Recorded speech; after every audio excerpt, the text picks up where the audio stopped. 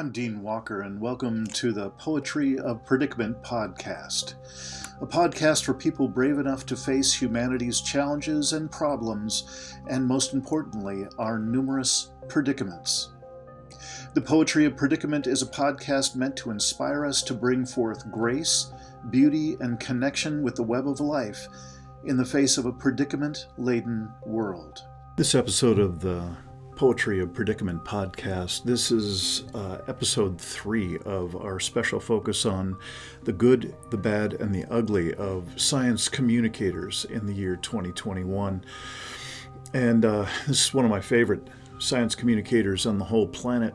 Kristine Mattis is going to join us and show us what it's like out on the good end of the spectrum of good, bad, and ugly. And as always, I find quite a bit to talk about. We seem to be on a very similar wavelength. And hope you enjoy. I've got a couple of other episodes in the can right now, ready to come out in the next couple of days. So thank you for your patience. And now I'm sure it's going to pay off as we listen to my interview with Kristine Mattis. Hello. This is Dean Walker, and this is another episode of the Poetry of Predicament podcast. And this is, of course, another in a ragtag, a ragtag series here in the springtime of 2021. That series really got started with my reading of and then commenting on an article by Wolfgang Knorr and James Dyke and John Watson about the inherently bullshit nature of the term net zero. So that was what I'm unofficially calling this series is the good, the bad, and the ugly of science communicators. Today's guest, you can see, for yourself that this is one of the good ones. This is Kristine Mattis. And Kristine, I'm just so happy to be talking with you. We need to stay in touch better. I have not reached out enough this last year. And I know we're going to get feisty in just a moment, but I want to put just a little bit more context on it to give you, Kristine, and you, the audience, a bit more of a sense of if we've got a couple of good science communicators in my all-knowing way of evaluating.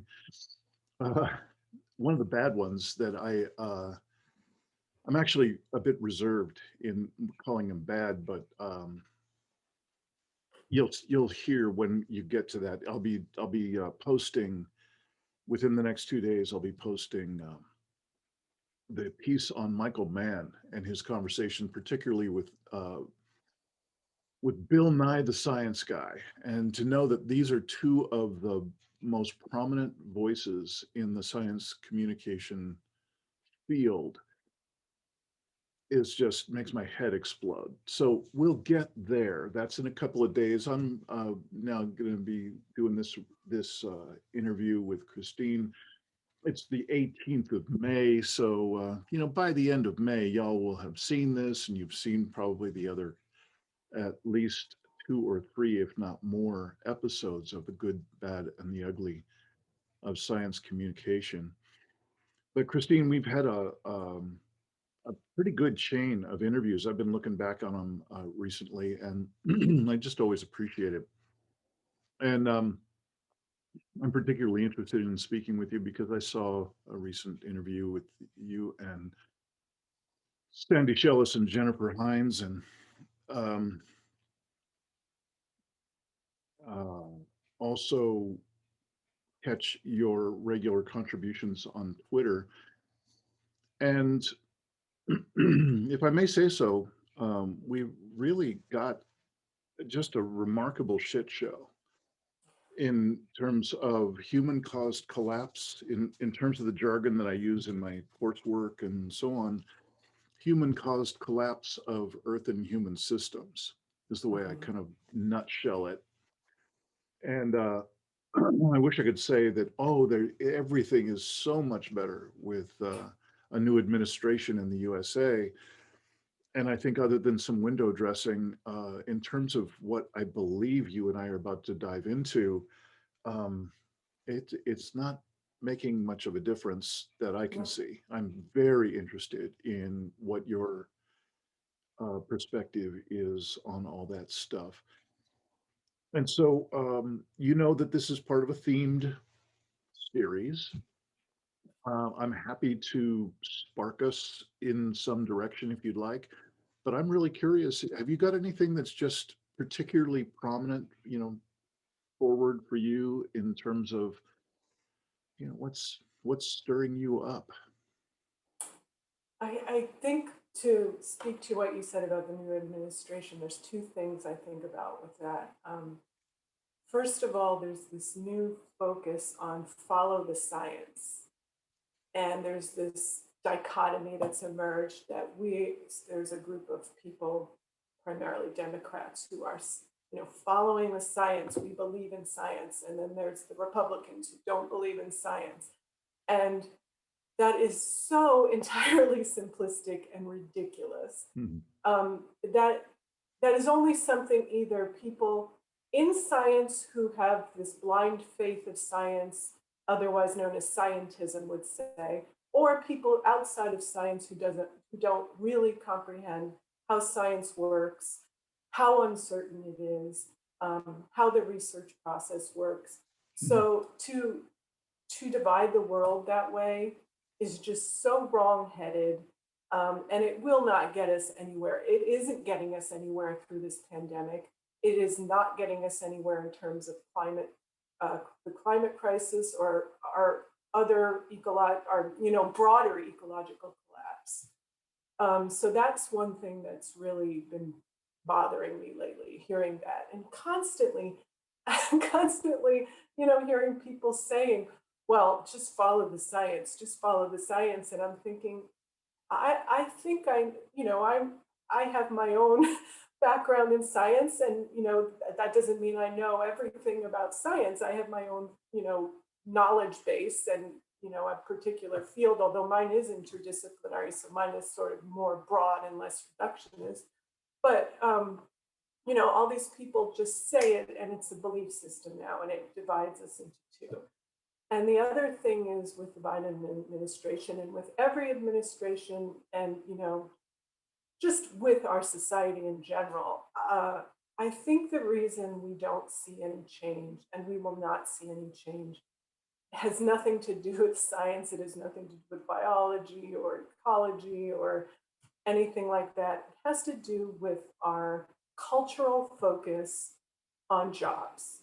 And that, of course, that's because of our economic system. So broadly, it's more of our economic system. But um, this idea that we were born on this planet and we don't have any other reason of being here than to find a career and to work in a field, it really makes it impossible for us to address the existential issues we're facing.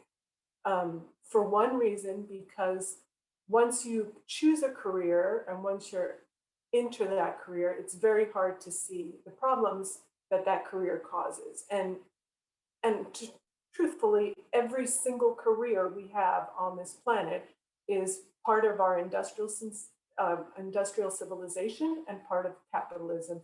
And consequently, everything we do contributes to our ecological collapse. And that's just the face of it. And so when we're brought up, first of all, it's absurd that we're brought up and we can't even survive and have our basic needs met without um, choosing and following a career, and in such an individualist way that there are winners and losers no matter what you do, and that's certain. And we basically, most of our careers, our values are completely upside down and backwards. So the people who provide the least essential um, kinds of services or skills in our society get paid the most, and the people who do serve our basic needs basically get paid the least. But beyond that, the fact that we cannot survive, literally survive, without being part of this economic system and this capitalist system, and then choosing a very narrow, myopic career that's supposed to be the only thing we can do in our lives, the only skill or talent we have, and that other people, this is a division of labor essentially, it gets us not only stuck um, socially and economically, and it makes it so that we cannot address our need to draw back from the system and dismantle it. But it also, in terms of our ego, it gets us tied to this thing that we've spent our whole life studying for, or learning these skills and honing these talents. And so we don't want to see how it's not sustainable, and it's problematic to our future as a species, and to all species. And you Yeah. can look at anything anybody's doing, whether it be musicians or actors or scientists and researchers and doctors and lawyers, pretty much anything from top to bottom, farm workers, farmers. We all are part of this industrial society that is contributing to our collapse. And unless we can see it more broadly and see that we can't have this real tie and this internal belief in our own career because of our egos, and we have to relinquish that and try to think more broadly about what all of us need to do to change our system. I don't think there's anything that's going to work in terms of helping us. And there are no politicians willing to think about that. The only thing, Bernie Sanders, the closest we had to anybody who was at all radical thinking in his ways of thinking about, social justice and even the environment, still his focus is jobs, jobs, jobs. Right. And so those are two of the major things on my mind right now. Yeah, thank you. Mine too. And I was really sparked by that last piece that you were talking about. There, one thing I'm going to be peppering into this series about science communicators is a number of memes, things that we just see them and we go, oh yeah, I've seen that 1,000 times on Twitter, or some sort of little cute quote on Facebook or something. One of them is attributed to Einstein, and I'm sorry, I don't have it to read it exactly, but it's something along the lines of the problems that we're encountering today cannot be solved at the same level at which they were created, something Right. like that. Yeah. And I think that's kind of woven into so many of the people like yourself, like me, like my compadres in the Doomosphere who do endless podcasts, scrolling through the serving of the day of things that are screwed up and getting worse and so on. There's a real usefulness in slowing down and rereading that quote and really taking it apart like a new way of thinking. And I'm taking a little poetic license. I'm assuming that he would, if it was indeed Einstein, that he would be okay with also including new ways of relating and new ways of feeling, all of which we seem to be really bad at as a globe. It's a complete change of paradigm, I think. And I think Right. that's what Einstein intended to say. In fact, I used Right. that quotation in my dissertation for my PhD. Right. And so what I'm getting at, in particularly in our conversation, is that this is really the backdrop of my work.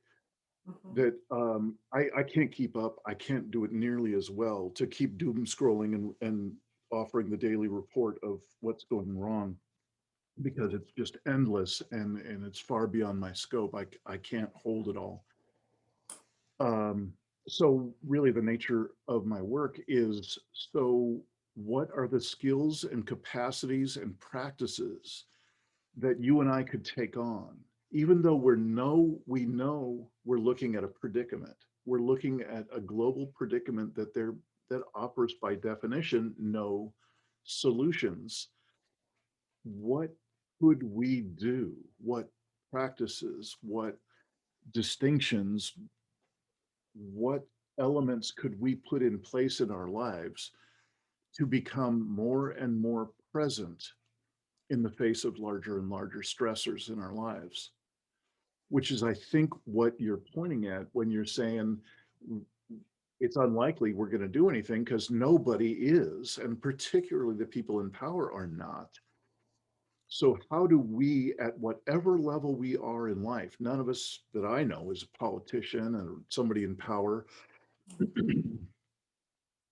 So what are some of the core skills, practices, capacities that folks could start to take on? And kind of a way of an umbrella word that I put over those things is what practices of reconnection could we take on? Yours will be different than mine, but we could potentially sit in circle together with 10 other people, and everybody's got different practices. Everybody's got different emphases, things that matter most to them.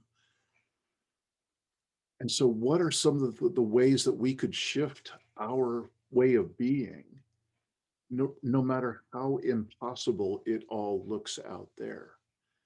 So I just wanted to kind of slide in that piece because I just don't hear that much out in the world. I hear endless doom scrolling. I Yeah. hear the endless political complaint. I'm a great complainer, and I can do it with so much judgment and certainty that I sound like I know what the fuck I'm talking about, and I don't necessarily. I'm sorry, I'm here to admit. I know that's going to be disappointing to you, but I'm curious if, I'm sorry that I've just kind of abruptly shifted it, but I'm curious if you have any response. Does anything come to mind on first blush at that, of any practices, any uh, capacities that we could expand in our own lives, any skill sets that we could grow that would have us be able to be more present in whatever our lives are, with whatever the timeline is that you might be looking at. Like, how many years do we have? I personally have it at about 15 years, but that's just me. So Yeah. there's just a quick question. Do you, anything come to mind when I'm putting that out there? I think the thing that comes to mind for me is that I think we've lost touch. We don't have any perspective, and we've been, sold a bill of goods and marketed to our whole lives for not very long, actually, a couple hundred years, really. But we have lost our perspective of what really matters. And, the Republicans would say family, and of course, yes, family matters. Yes, that's important. But I would say what really matters are basic necessities, the basics of life. So we all need food, we all need clean water, potable water, we all need shelter, we all need some form of clothing, basically. And beyond that, if we have those things beyond that, we're very fortunate. And it's kind of insane that we,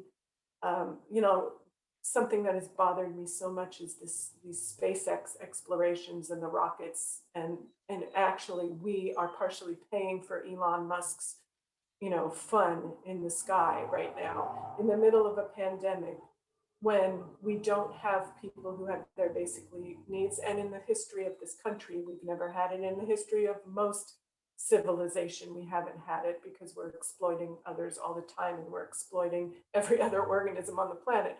But I mean, if you're really committed to sustainability, and you're committed to justice and egalitarianism and empathy with other people, reprioritizing all our lives for that.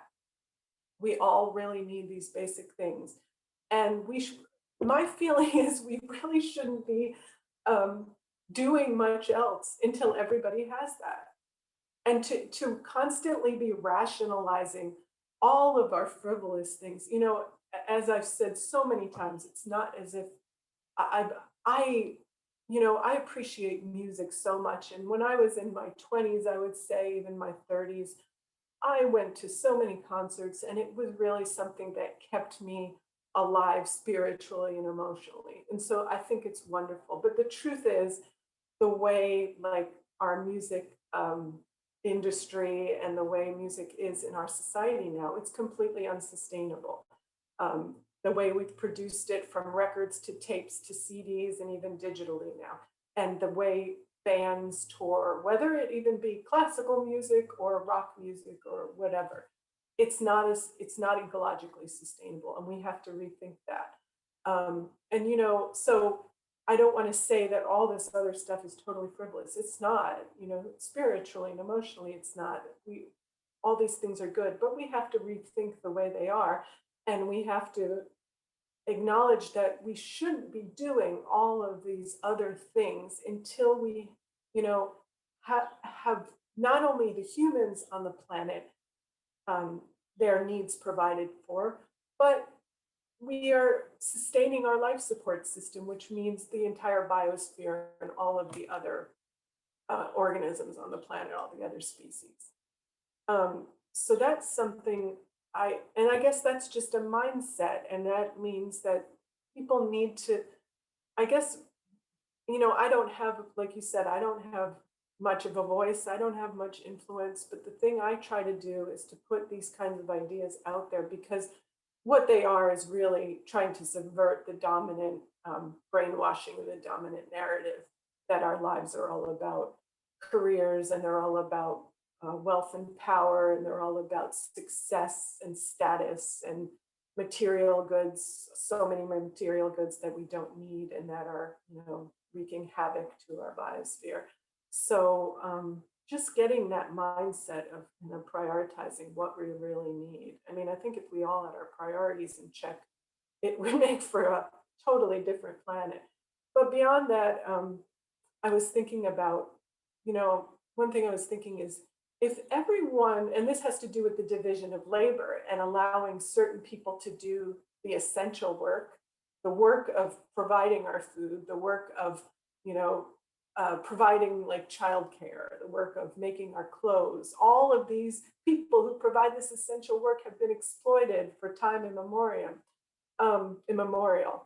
And, if we all had to do a lot of these basic tasks, like cooking our own food, obtaining our own food, even through gardening or whatever means, or just, collectively in our community, caring for our own children, we wouldn't be able to do a lot of these jobs that create the most havoc and the most destruction in our world. And I think that's another thing to think about, is we really have to get over ourselves and get over all these lies we were told about the way our lives should be, and think about how we could. I mean, I do think there are ways to make this change. I'm not sure we can disrupt this entire industrial civilization the way it might need to be dismantled in order to have an ecologically sustainable planet. But I do think there are really simple changes that, not, you can't do it individually, but as a large group of people who are more committed and more aware and really care about changing the world in positive ways for other humans and for our biosphere. I think there are ways that we can think about things differently and make those choices in our lives, and spread the word. But really, just countering the constant brainwashing is something that I think that's the biggest problem. As you said, what Einstein said was, we need a new way of thinking. And that also means that we probably shouldn't look to all the people that we look to solve our problems. And that means the politicians and the public officials and even the scientists and all these people at the top of the ladder with all their status, because we forget that all of these people are really entrenched and part of the system that created the problem that we are facing. Yeah. And we could go into the details of how they created it, like our land grants institutions who promoted this industrial agriculture and thinks it's the way to go, and so on and so on. But we're not going to find our answers from those people who are entrenched in that system, because they're in that system because they followed all those rules, the rules that created problems to begin with. Yeah. So that's another thing, and that's something that's really hard to wrap everybody's brains to wrap around. Yeah.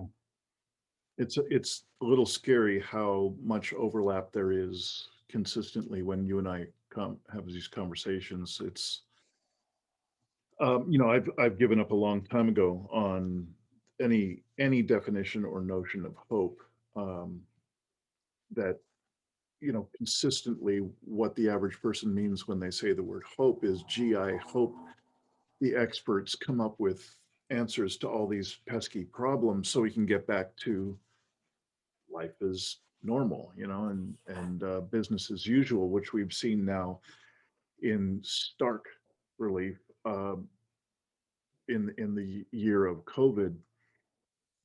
I just again want to mention kind of how I have put together this body of work, and answering the simplest questions that I could possibly muster when I was researching and writing the book, The Impossible Conversation. I had questions like, okay, we're in a predicament. What got us here? And I'm not ever going to be such a polymath that I could, literally get my head around a whole number of different fields to be able to get the kind of in-depth response that I think it deserves. But the answers that I did come up with consistently had something to do with we've disconnected. And really what how I ended up shaping it into some words that I could use is that what got us into this predicament is that we've disconnected from all the primary sources of meaning and relationship in human life.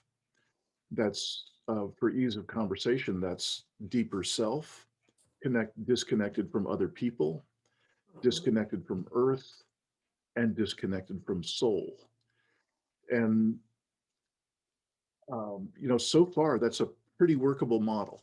I mean, it's simple, and it seems to pretty much cover it. And for the folks who do engage in my work, gives us some way of talking about what's going on. And so the next simple question in that series is, okay, so we're in a predicament. It was caused by our complete and utter disconnection from each other, the earth, and so on. So what is there to do?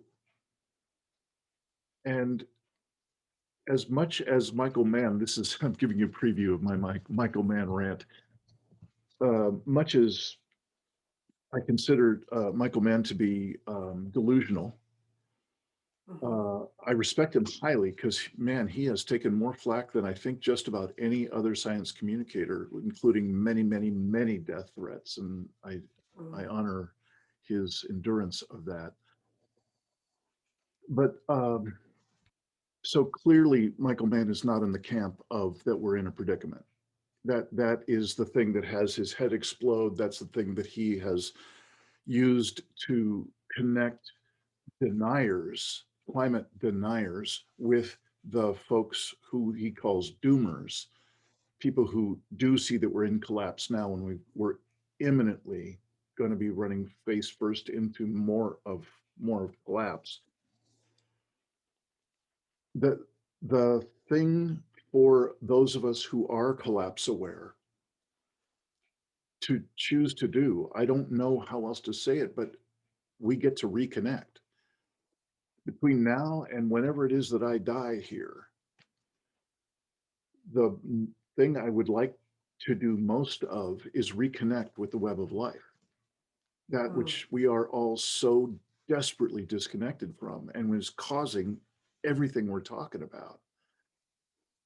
So there's this flow of simplistic questions, my simplistic cobbling together of responses, but it seems to be workable up till now. It's the best I've got. And when I find somebody else got a better way of modeling it, okay, I'll take it on. So I'm curious if that rings for you And if it sparks you to respond in any way. What it makes me think of, so I really think if we're to find any kind of solutions, and like I said, I don't know if we'll be able to dismantle this system the way it needs to be, but um, just solutions to bring less harm and bring less suffering in the short term or even in the long term. I don't, like I said, I don't think we'll find it from a place like academia, and I don't think we'll find it from people whose studies have been so siloed and reductionist. And so when you say disconnection, I think of education and the way our educational system works. If you go on to higher education, you get a PhD. Unlike me, because I actually purposely only went into the program I was in because it was interdisciplinary. However, interestingly enough, once you get into the program, they try to make you more myopic because that is what academia wants you to be. And that's the only way academia works. It didn't really work for me, but that's partially why I'm not, I'm not working in academia. But I don't think we can solve anything or even get to any place where we're helping anybody without connecting all of our knowledge in some way and seeing the big picture and thinking globally. And I think that's where, when you say disconnect, that's what I think about. I think about all of this knowledge we've accumulated, but there's such a disconnect and it's so myopic and it's so siloed. And the people who are really seeing what's going on and how things need to change, I think are the global thinkers who connect as much as they can and who learn from all different disciplines. And I think what that comes down to is wisdom. I think that connection is what happens when you're looking for using wisdom rather than just knowledge. And I think knowledge is overrated, honestly. I think there's a certain amount of knowledge that is necessary and it's wonderful to learn. And I've been a lifelong learner and I always will be. But I think there's a lot of knowledge that's superfluous. And I think first of all, we exaggerate what we can learn and conclude from research in a big way. There are so many problems with how research is conducted. And there's so much research being done and so many conclusions being made that are totally erroneous. But beyond that, sometimes I think about we don't necessarily need to know all these things. And it's almost biblical to say that. And I've not been, religious since I was much younger. I grew up Catholic, but it really is biblical to say that, it's like eating from the fruit of the garden of, or the tree of knowledge of good and evil. Um, you know, I I was talking to someone once in a job interview about what was it about? Oh, it was about the potential health hazards of like Wi-Fi radiation we use on our devices and cell phone uh, radio frequency radiation. And there's lots of evidence to show that this stuff is problematic and that there are definite potential health effects, whether they be cancer or whether they be reducing sperm count and sperm motility and viability. But regardless, this was a kind of a scientist who was very skeptical about that and was big on technology and said, well, what's the mechanism? And, I thought, we don't always need to know the mechanism. We, and I didn't have this answer for him then, but I thought, we've used aspirin for most of our lives in humans before we even knew how it worked. But we knew it was a good pain reliever. We knew it does have side effects, and those aren't always good, but we knew the side effects weren't acute and deadly most of the time. And we used it anyway. And we don't always need to know the mechanism. Indigenous cultures would say this. They've, they have all sorts of medicinal herbs and plants that they've used and they could see the cause and effect. And this wasn't done in a scientific method. It was done through knowledge from experience and tradition and, just process of elimination after years and years and more years than we've even had the scientific method. So to say that's really not scientific is ridiculous, but they didn't need cellular biology to know how this worked. And so I think there's that disconnect, and that's a sort of wisdom that we need to get back to. We Yeah. don't need to get to all the knowledge of everything. And in fact, seeking all this detailed knowledge is doing this research is destructive. And we just don't have any perspective on that. And again, because it's people's jobs to do it. Yeah. So we keep using more and more tools and collecting more and more data, and we're not seeing the forest for the trees. Yeah. That's one thing I thought about. Another thing I wanted to mention, though, too, is that this disconnect has been talked about for decades, and how people. I mean, there's a group called, oh, what is it called? Here in New York, for the city, the kids in the city, the low income kids, the Fresh Air Fund, I believe it's called, and they would always take the kids out from the city to get them into nature. In fact, when I was a teacher in Los Angeles in an inner city school, also low income, I had a lot of students who lived 15 miles from the ocean and had never been there in their whole lives. And I tried to get some of them there. But I think this disconnect with nature has been talked about so much. Research has been done to show it's not good for people. And I know in my own life, I suffer from despair and depression about this whole circumstance, and also my being sort of radical and out of the ordinary in my philosophy in life and my way of going about even my daily being. But the joy I have, that I'm so happy is still there, is when I'm out in nature and when I see a thing like a frog, or even just a chipmunk this morning, or the deer passing by. And I think almost all humans feel that way when we see other creatures and when we're in, what's left of our beautiful earth. And so there's that disconnect that we all know it, but we seem to not do anything about it. So I think, first of all, connecting our knowledge to make it more into wisdom, but also allowing us find a way to connect more with nature. And that's so simplistic, and we've been saying it forever, but I think these are things that need to be much more focused on. And again, given the complexity of the world and the way technology has been growing exponentially for the past couple of decades, this disconnect from nature, even though we all know it and we've been talking about it forever, it's just getting so much worse.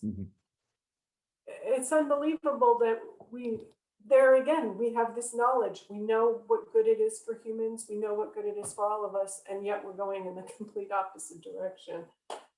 So I don't know the solution to that, but I know it's something that we need to address. Yeah.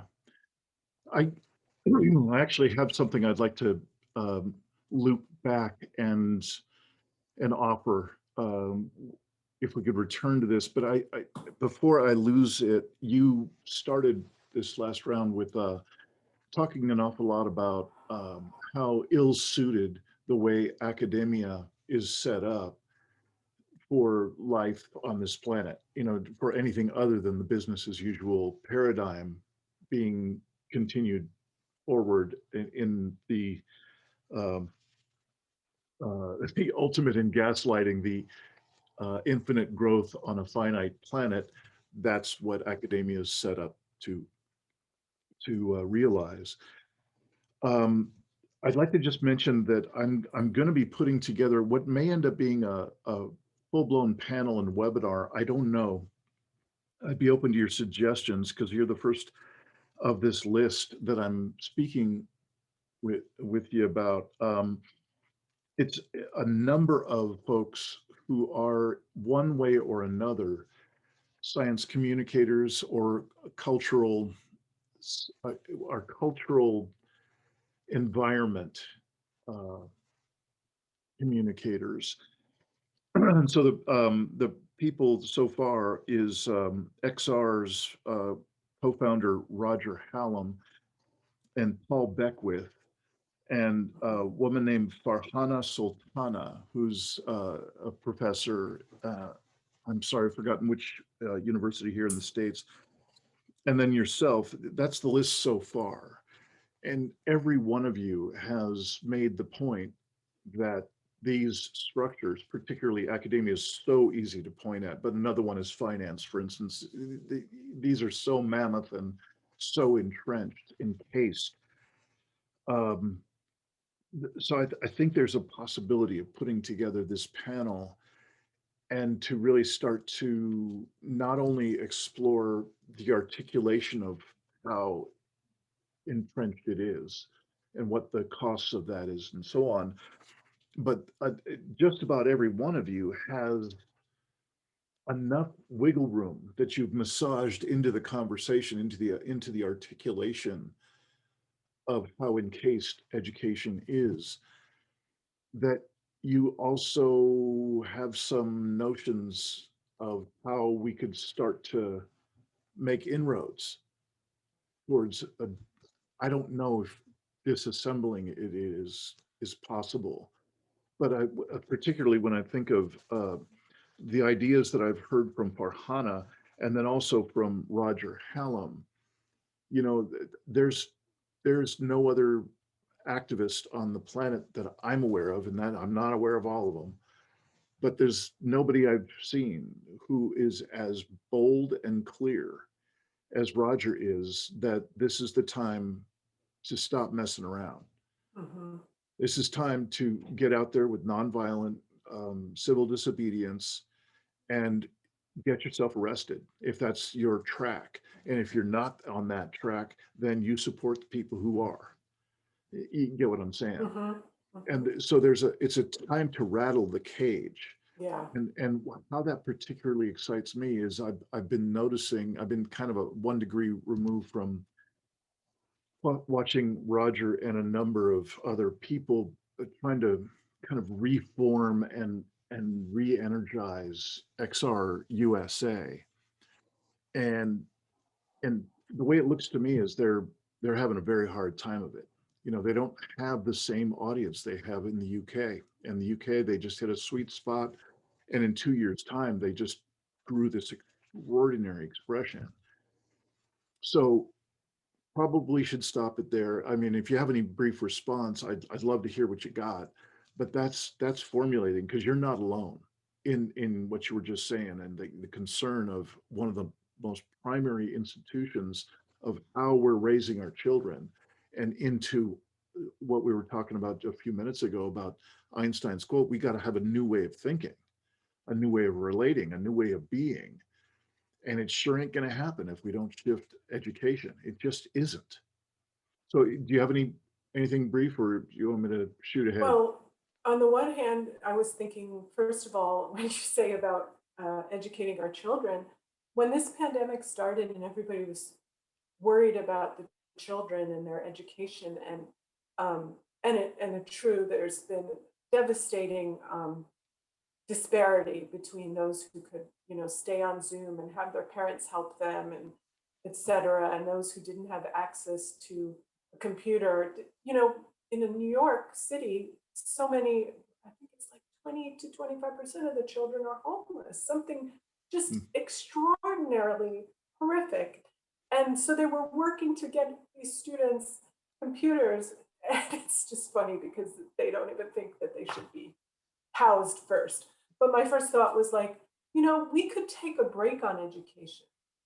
What is the point of education? The point is to, I mean, as it is in our society, the point is to have obedient servants to this huge industrial capitalist civilization. That's what the point of our education is.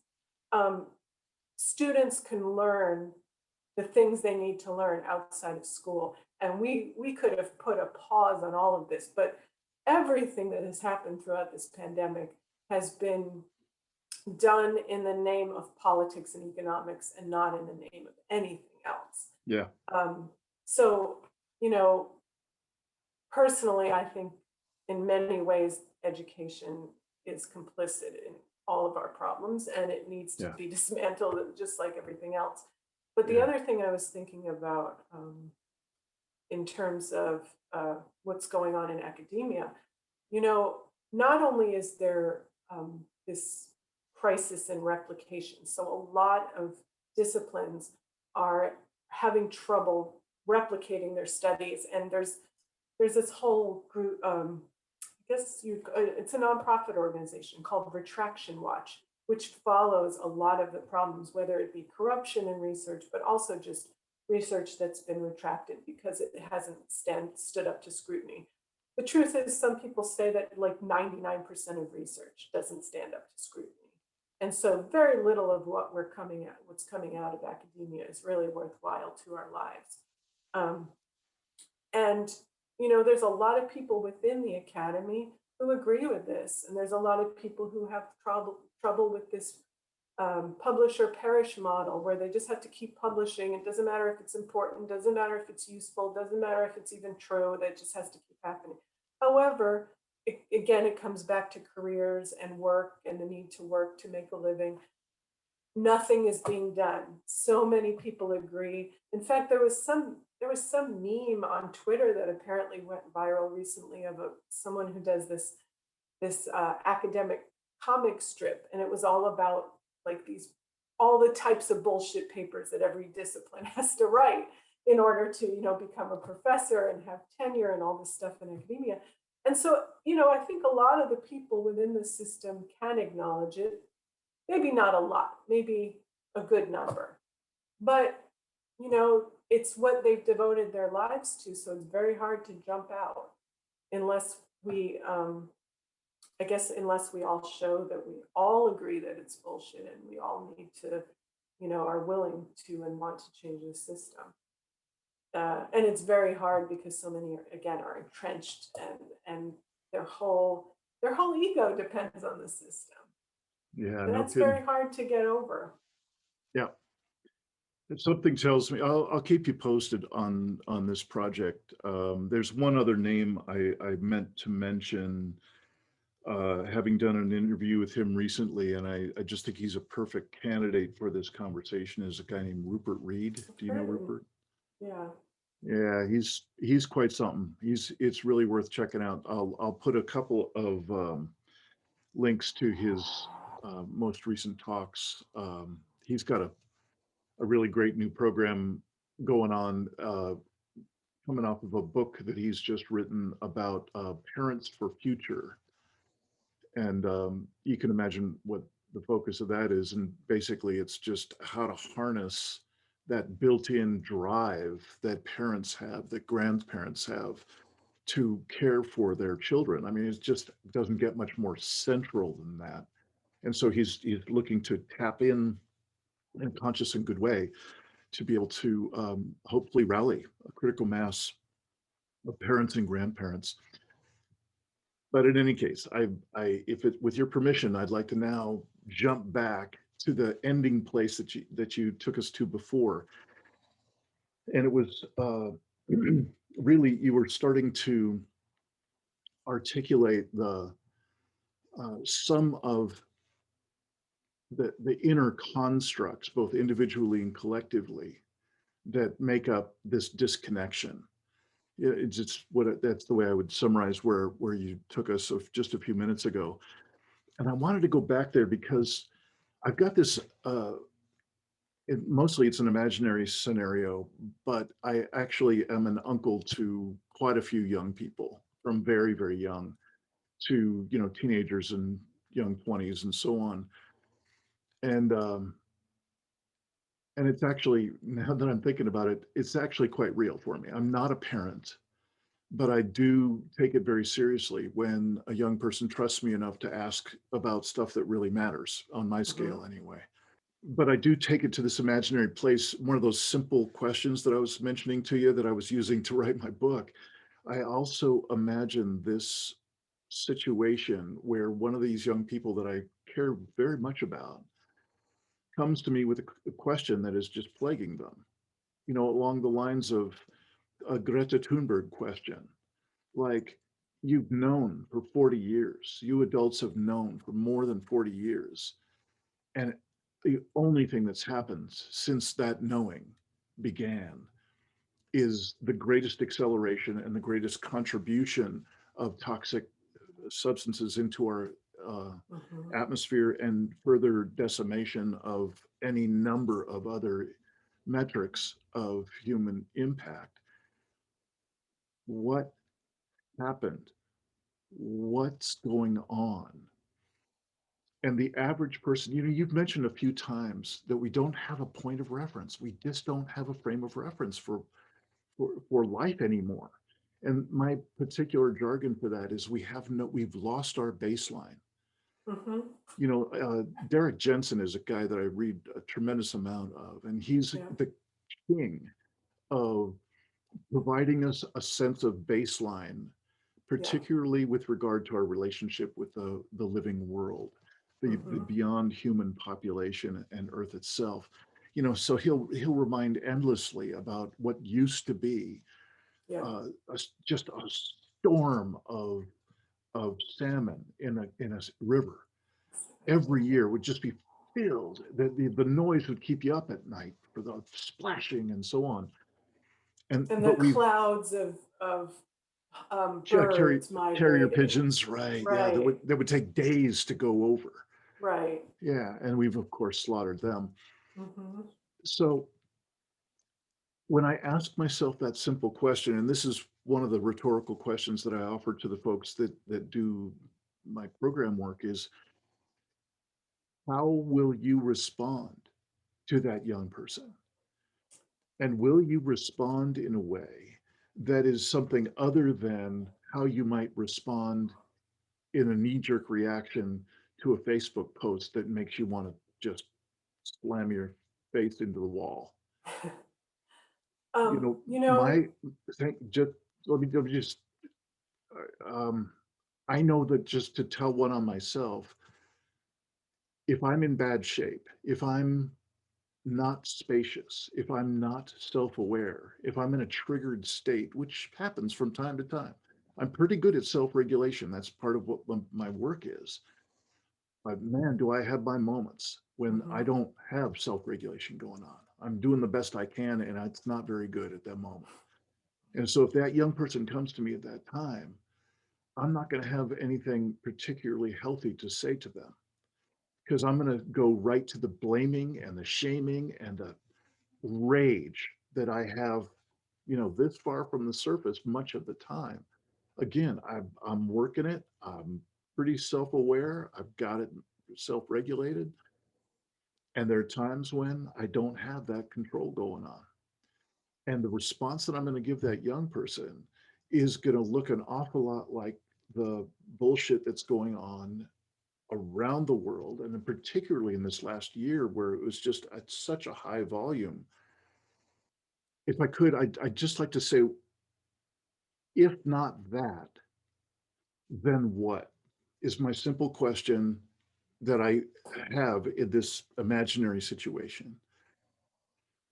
There's one guy, I'm sure there are more, probably people from wisdom traditions and, Thich Nhat Hanh and Eckhart Tolle, and there's probably a lot of folks that could offer the next level of skill set for self-regulation and for bringing ourselves back to center, much needed return to center.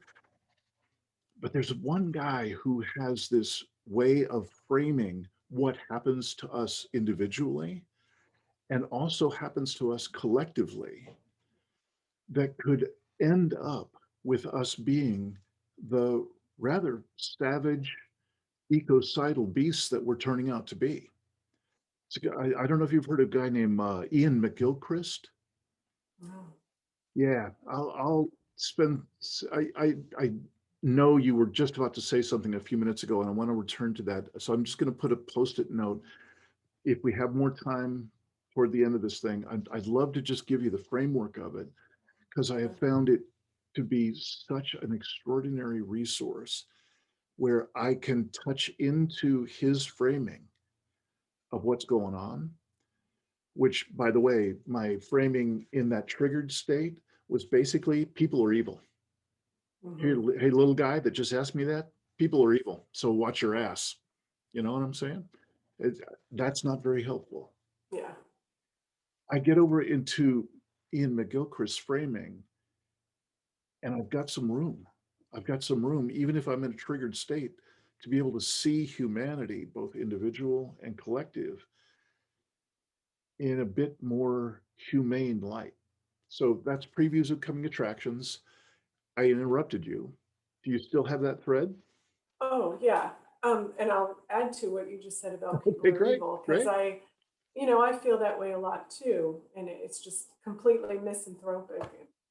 But I I would say, first of all, to talk to these young people, um, and who wonder what happened here, what have you done, why did you lead us here? Well, you know what? We didn't all lead. Look at our society. Look at the disparity in wealth accumulation. Those were the people that took us here. The people at the top were the ones who did this. Yeah. And those are not the people that are going to get us out of this for that very reason. So, first of all, I would say that the kids really don't understand that this fight for the environment, this fight for justice, has been going on in the modern environmental movement for decades. But when you think about the genocide of the Native Americans, it's going on for millennia. And even before that, so there's always been people who have been fighting for what's right and who have stepped out of societal norms to do so, as you have to. That's why I always say I can't even work in my field. I've never been able to be really a part of the society in any normal way, with the kind of mindset and knowledge I feel that I have. And so there's always been people who don't go for this. It's a real minority who created this mess and who are responsible for continuing to perpetuate it. And the rest of us have been brought into it, and we can't do much about it. But because they've created this entire complex system now that we're all forced to be a part of. But just remember that it wasn't all of us who did this, and there's many of us who I mean, all the indigenous people did not want this and have been fighting this forever. We've destroyed their whole culture that was sustainable to create this mess. So that's the first thing I would say to young people. This is not everyone, and for all the people that sort of willingly participate in this industrial civilization, for their own comfort and for their own ego, or for just because it's so much easier to just go along than to think about it and see it and fight it.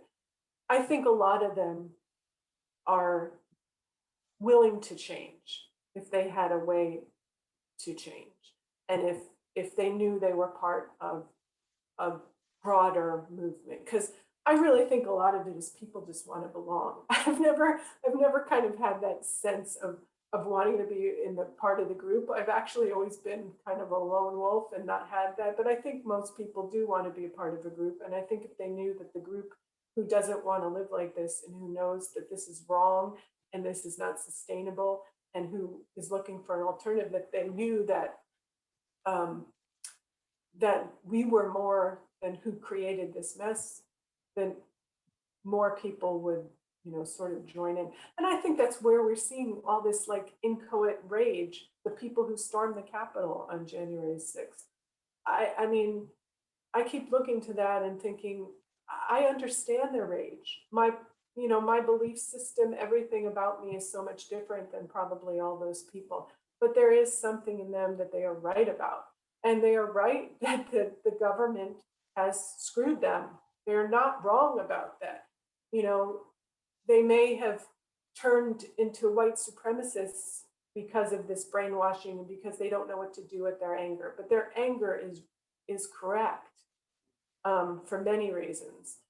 And so I guess, again, just for the children, I think to tell them that it's really the people at the top who created this mess, and that there's been a lot of people trying to fight it for a long time. They're not the first people. It's just that now it's so obvious that they can see it. There has been people fighting this before it was obvious that we were collapsing. And then the other thing is that just to tell them the truth. I think about my husband, who's a teacher, and he's an English teacher, but he used to go into all of this kind of stuff with his students. And they appreciated it so much. They appreciated that he wasn't, he did not try to make it like, you're going to have a great future, and you all are so talented, and your talents will be, loved by the society, and you'll all have great success. Instead, he said to them, this is a shit show, basically, that you're born into, and it's not fair. And you're going to have to think about your futures in a very different way than most of us were brought up to think about them. And it's better to know that than to think you're just going to all be stars. Because if that's where you're going, and if people are just blowing smoke up your ass, and that's what you think of your future, you're not going to be able to cope with a world that's collapsing. And I mean, I don't think there were any of his students that were harmed by that. Even the ones that were sort of caught off guard, and he was delicate in doing it. He wouldn't just throw it all out there. But I think a lot of these kids sense what's going on, especially as they get older into high school, and they're just tired of people pulling the wool over their eyes. They really would rather hear the truth in a delicate way that sort of gives them power to be a part of coming up with solutions, or at least being part of this group that wants to figure out what we can do for each other. Yeah. I love that you landed there. There's a kind of a sister podcast, a set of curated content that I've got in what I call the Deep Academy programs page, and it's called "Take My Hand: Conscious Parenting in a Time of Stolen Dreams." And there's a handful of the interviews that I've done with parents mostly, but there's a handful of them in which it's parents and children together, and each of the folks that I got that opportunity to have them together, they spoke about having come up with their own homespun way of self-regulation, of co-regulation, of other resilience skills that allow them to be together, expanding their capacity to be present in the face of larger and larger stressors.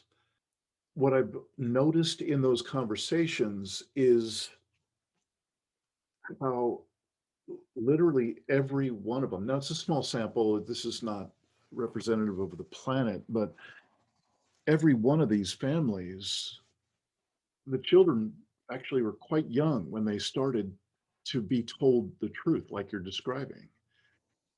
And there's now clearly no limit to how much truth gets told in those families. They don't have to coddle the kids to be able to have them really get what's going on, the real picture of what's going on. And then teaching them how to discern get their own facts together, and how to research and so on. It's extraordinary.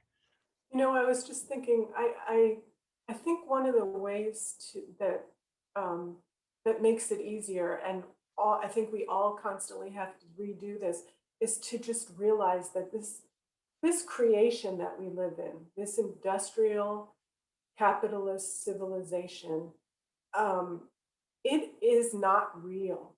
And so when we're always thinking about the things like that the television and most of social media tell us that we should feel are important, the things that we should be focusing on in our lives, the um, the machines, the technology, the shopping, the products, the wealth, the status. This is all a manufactured creation of humans. It's not like we're living in an alternate dimension. It's not quantum theory. It's not the matrix, but in many ways it is, because this is not real. And when you realize that, it's sometimes, I think, easier to say, okay. I mean, I think where the people have the most problem and the most rage is when we get those reinforced messages of, this is how you should be, this is what you should be prioritizing in your life, this is how you should be living your life, these are the things that you should be doing. And there's that disconnect. But really, I should be doing this, making widgets so that I could work for 12 hours and then come home and never see my family and don't have time to make a nice meal, a healthful meal. And then I should go back and do that the next day also, that I could buy all these things that I don't need. There's that disconnect. And I think the more we come to realize that this is just so phony, all of this is phony. Mhm. When we get to that, I think it's easier to not have that super rage. Mhm. I really feel that the people who are most tied to this society are feeling that rage because they're seeing that things aren't working the way they were told that it was supposed to work.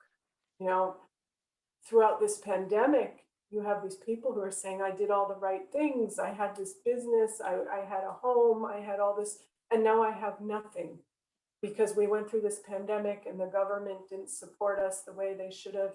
And my business shut down and everything I've worked for my entire life is gone. And that's because you believed in this system, this phony Right. system that we created, that was really always created for the people at the top. And you're just, if you had a modicum of success, you're kind of lucky, or you played by certain rules, but those rules were never meant for you. And they certainly weren't meant to give everyone what everybody needs to have a good life. And so once you divorce yourself from that and disconnect yourself from that and make the connection that, you know, what's real is the biosphere. What's real are these natural resources around us. And I hate to even call them resources. What's real is, the soil outside your door, Yep.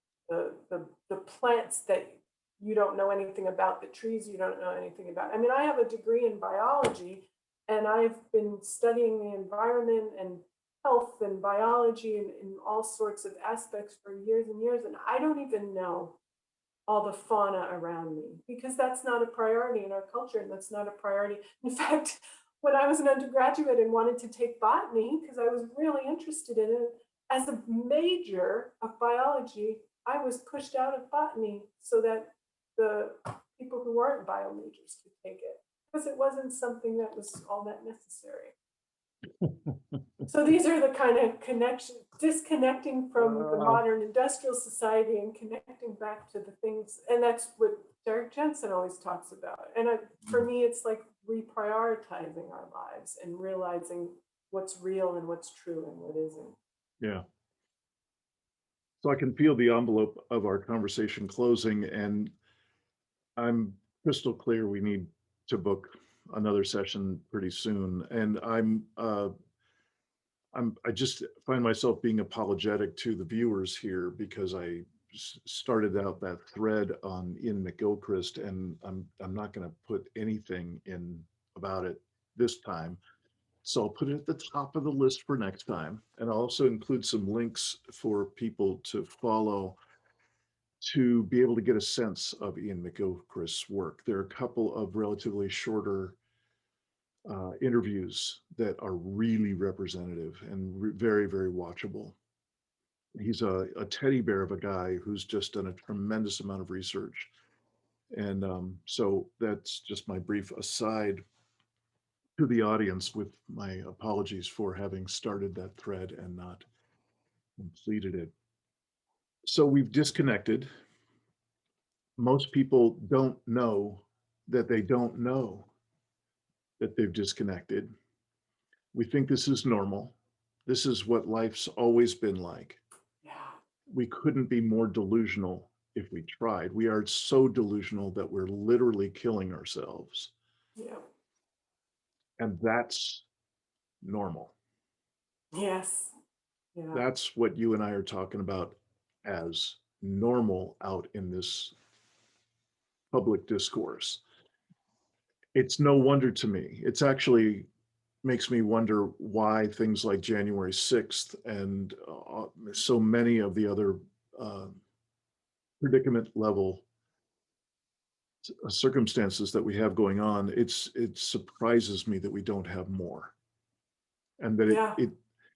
I was about to say, and that it's not happening faster, but it actually looks to me like just real briefly about one of the punchlines in my book is that I just did all this research to validate that abrupt climate change was really a thing, not just climate change, but abrupt climate change. And then, stumbled into that dozen or more other non-climate related, but equally existential in nature measures of our impact.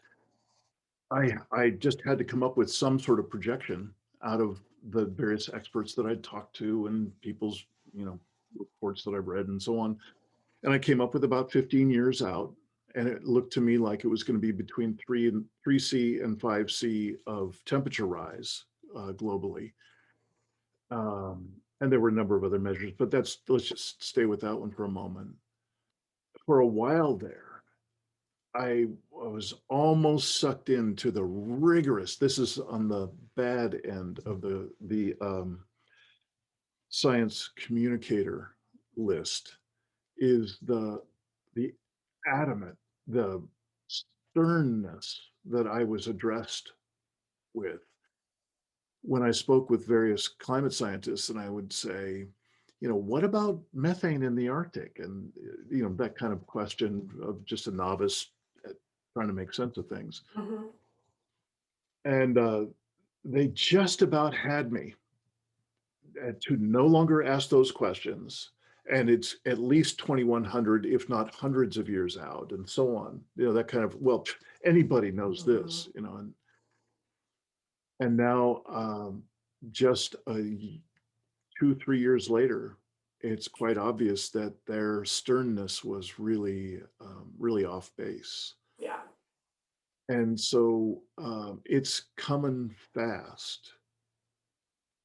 And I don't know what else I could engage with at this point other than share what I have from my own lifetime of practices and then gathering from others and um, offering those out to people with the intention of, as I've said a few times, expanding their capacity to be present in the face of larger and larger stressors. Like, how can we be more connected? How can we reconnect with deeper self, others, earth, and soul, no matter what the projections I might be working from? 15 years, 50 years, it's all insanely fast. And I I know, was yeah, go. I Yeah. was thinking about what you said, why are people not rising up? And I was thinking we are the powers that be have found the exact right amount of exploitation and sedation. Mhm. So we've gotten these levels where people are exploited enough that the powers that be and the elite can have what they want, but people are sedated enough that they're not ready to. So, and it's always this delicate balance. And it's kind of what the New Deal, FDR's New Deal did. When Mhm. people were starting to rise up, well, we'll give them what they want, or give white people what they want and what they need to be comfortable, and give them the sedation of media and of entertainment and Mhm. actual sedation of pharmaceuticals in abundance now. Mhm. and alcohol and all these other things that sedate Right. us, even food. And then we can keep things quashed. And I wonder if that's one of the keys is to, and I think people are awakening to this, to awaken people that they're being exploited. And I think this fact that all these people aren't going back to work for exploitation wages is showing that they are Yeah. awakening to that. Yeah. And, but more realizing that they're being sedated also in Mhm. numerous ways to not rise up when we all should be, and we should all be joining together. And this includes so many people who think they're on different sides of the, Right. on different teams and different ideologies. Yeah. I'm just curious, um, if included in your definition of sedated here, does that include the sedation of the dominant paradigm controlling the narrative we live within? Oh yeah, Yeah, yeah. because that to me is an element in that formula you were laying out that I, Hmm. I see that almost more than any other is Yes. how incredibly controlled. And through Bernays and his work in propaganda and so on, Yeah. it's not just what we say and the stories we tell ourselves, but it's also just the bald face, bold manipulation of our behavior. Hmm. I mean, that's what got him jobs all the way Yep. through the 70s or 80s, whenever he died. He's just, that's what he could promise governments and corporations who would hire him Yep. is, I can change the way people react to you. I can craft the communications that will change how they believe in you or follow you or not. And I can also change them in such a way that they will purchase more of your products and they will not question your motives, either at the government or the corporate level. It's Hmm. extraordinary. It's just extraordinary. Right. And then so what you're saying, this sedation has to do with believing in this dominant paradigm of our way of Mhm. life. Mhm. Everything that has to do with our way of life, and this return to normal. I mean, I am, hitting my head against the wall every time I hear everybody being so excited to return to normal. Mhm. And, thinking about, do you realize what normal is? Yeah. And normal is not, probably not good for you either. You've come to feel comfortable with it because it's familiar, but that Right. doesn't mean it's good. Yeah. So even if you're being totally selfish, you probably don't even want to return to normal either. Yeah. Kristine Mattis, every time we talk, it's just so oddly uplifting and affirming. And I just appreciate so much that you are doing the kind of thinking that I wish I could clone you and have your wherewithal, your point of view, your perspective, your passion, also in so many of your compadres, the other folks in science communication and other elements of science as well, that's just now starting to crack into people having a voice. But man, you're way out ahead of the pack, and I so appreciate talking with you. I hope you'll come back fairly soon, and I promise you I'll set you up and the audience up a little bit better with some preparatory materials about this Iain McGilchrist thing. I think there's a very rich possibility there that it's not going to answer any of the big questions on the planet, but it sure will have us be more human with one another when we have those precious conversations that you and I were talking about. Mhm. So, anything to wrap it up?